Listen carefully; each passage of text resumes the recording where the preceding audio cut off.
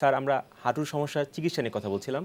হ্যাঁ, যে কথা বলছিলাম যে ক্ষয়জনিত হাঁটু রোগের যখন ডায়াগনোসিসটা আমরা কনফার্ম করতে পারলাম, তখন আমাদের চিকিৎসার মেইন উদ্দেশ্য হলো তাকে পেন ফ্রি এবং একটা কোয়ালিটি লাইফ দেওয়া।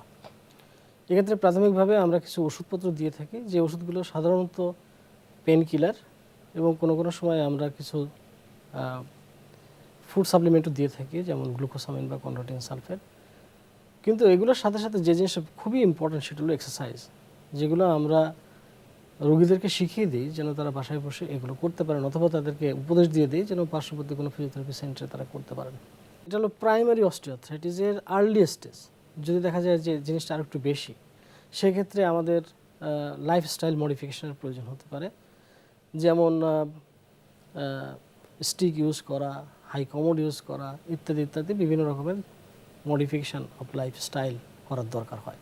আবার যদি এর চাইতে আরও খারাপ অবস্থা হয়, যেখানে জয়েন্ট একেবারেই বেঁকে গেছে, উঠতে তুলতে অসুবিধা, দৈনন্দিন জীবনযাপন ঠিকমতো করতে পারেন না, তখন একটাই পথ, সেটা হলো সার্জারি।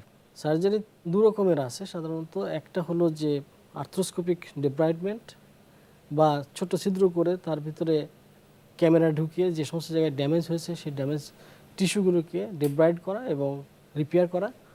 আরেকটা জিনিস সেটা হলো যে কোনো স্ট্রাকচার যদি টাইট থাকে এই সমস্ত সময়, বা কোনো ইনজিওর টিস্যু থাকে, তাহলে সেগুলোকে রিপেয়ার বা রিলিজ করার দরকার হতে পারে। কিন্তু সেটাও মোস্ট অ্যাডভান্স কেসে না, কিন্তু একদম টার্মিনাল কেস যেগুলো হয় সেগুলোর ক্ষেত্রে কিন্তু জয়েন্ট রিপ্লেসমেন্টের কোনো বিকল্প নাই। এখানে আরেকটা কথা বলে রাখার দরকার, প্রায় দেখা যায় যে এই অস্টিওআর্থ্রাইটিস ট্রিটমেন্টের ক্ষেত্রে আমাদের দেশে স্টেরয়েড ইনজেকশন দেওয়া হয় জয়েন্টের মধ্যে। এটা টেম্পোরারি পেন রিলিভ করে, কিন্তু একথা মনে রাখতে হবে যে steroid is not a good drug, এবং এই সমস্ত ক্ষেত্রে সাময়িক উন্নতি হয় মাত্র, এবং এর ডেঞ্জার অনেক বেশি। ডেঞ্জারটা বেশি কেন? যদি ঠিক ঠিক প্রিকশন না নিয়ে, অ্যাসেপ্টিক প্রিকশন না নিয়ে যদি আমরা ইনজেকশন দিয়ে দিই, তাহলে জয়েন্টের ভিতরে ইনফেকশন হয়ে যেতে পারে, পুজ হয়ে যেতে পারে, ফুলে যেতে পারে। তো সেটা তো খুবই একটা ডেঞ্জারাস সিচুয়েশন।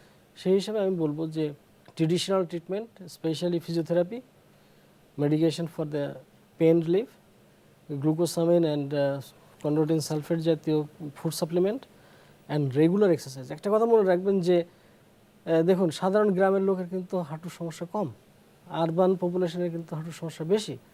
এইখানে যে ডিফারেন্সটা দেখুন, খাওয়ার, এক্সারসাইজ প্যাটার্ন এবং অ্যাক্টিভিটি লেভেল, এগুলোই কিন্তু ডিফারেন্সিয়েট করে যা হাঁটুর ব্যথা বেশি হবে নাকি হাঁটুর ব্যথা কম হবে। স্যার রোগীদের মধ্যে এক ধরনের প্রবণতা দেখা যায় যে তারা ওষুধ নিয়মিত সেবন করছেন, কিন্তু তারা শারীরিক যে পরিশ্রম বা শরীরচর্চা সেই বিষয়টিকে অত প্রাধান্য দিতে চান না। আপনি যেমনটা বললেন যে গ্রামের মানুষ যারা বেশি কর্মঠ বা শারীরিক কসরত যাদের বেশি, তারা হাঁটুর সমস্যায় কম ভুগে থাকেন। এই সম্পর্কে আপনি দর্শকদের কি বলবেন? যখন আমার সামনাসামনি একজন পেশেন্ট আসেন, তখন আমি তাকে বুঝিয়ে বলি যে দেখুন, আপনার কিন্তু ওষুধে কাজ করবে না যদি না আপনি এক্সারসাইজ করেন। ওষুধ কিন্তু অর্ধেক আর এক্সারসাইজ অর্ধেক। কনভিন্স করার চেষ্টা করতে হবে, কিন্তু একথা তো ঠিক। ধরুন আমার ঢাকা শহরে আপনার হাঁটার জায়গা নাই, এক্সারসাইজ করার জায়গা নাই, রোডে আপনি হাঁটবেন, সেখানে you are not safe. Exercise করার জন্যে যে পরিবেশ পরিস্থিতি সেটাও খুবই জরুরি। আর হোম বাউন্ড ফিজিক্যাল ইনস্ট্রুমেন্ট রয়েছে, এইগুলো অনেকে পছন্দ করেন, অনেকে পছন্দ করেন না।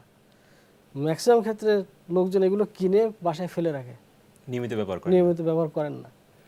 তো এই ক্ষেত্রে কথা অবশ্যই ঠিক যে শুধুমাত্র ওষুধে এই অস্টিওআর্থ্রাইটিসের ব্যথা পুরোপুরি ঠিক করা সম্ভব না।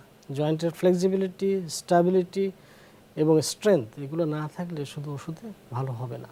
আমি আমার দর্শক বন্ধুদেরকে উদ্দেশ্য করে বলতে চাই, আপনার যে কনসার্ন ডাক্তারের কাছেই আপনি চিকিৎসা নিন না কেন, চিকিৎসার সাথে সাথে আপনাকে যে অ্যাডভাইস দেওয়া হয়েছে, যে হোম বাউন্ড এক্সারসাইজগুলো শিখিয়ে দেওয়া হয়েছে, সেগুলো আপনারা পালন করবেন যদি ঠিক ঠিক ফল পেতে চান।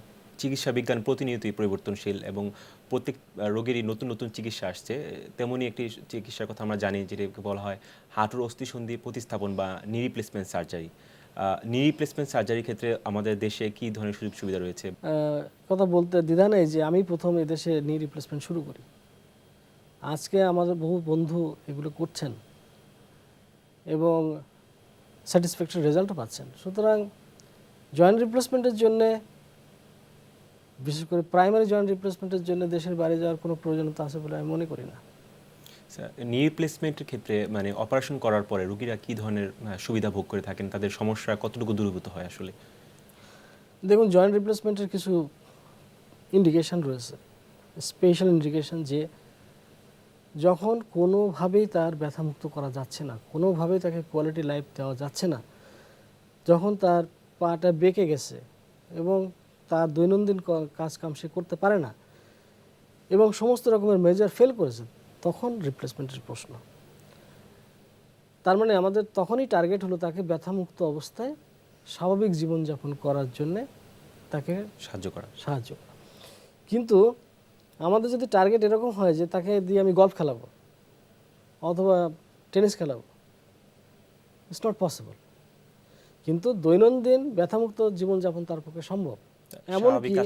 এমনকি যে সমস্ত এক্সারসাইজ রেগুলার করার দরকার, জগিং থেকে শুরু করে অন্যান্য যে সমস্ত মাসল স্ট্রেন্থনিং এক্সারসাইজ, সেগুলো সব কিছু তার পক্ষে করা সম্ভব। এখন কিন্তু আমরা টোটাল জয়েন্ট রিপ্লেসমেন্ট করতে পারি, আবার ছোট যে পার্টটা শুধুমাত্র ইনভলভ হয়েছে সেই পার্টটুক ফেলে দিয়ে সেটুকু আমরা রিপ্লেসমেন্ট করতে পারি, যেটাকে আমরা বলি ইউনিনি বা ইউনিকন্ডাইলার নি রিপ্লেসমেন্ট, অথবা পেটলোফেমোরাল কম্পোনেন্ট নি রিপ্লেসমেন্ট। সুতরাং টোটালটাও করা যায়, পার্শিয়ালও করা যায়।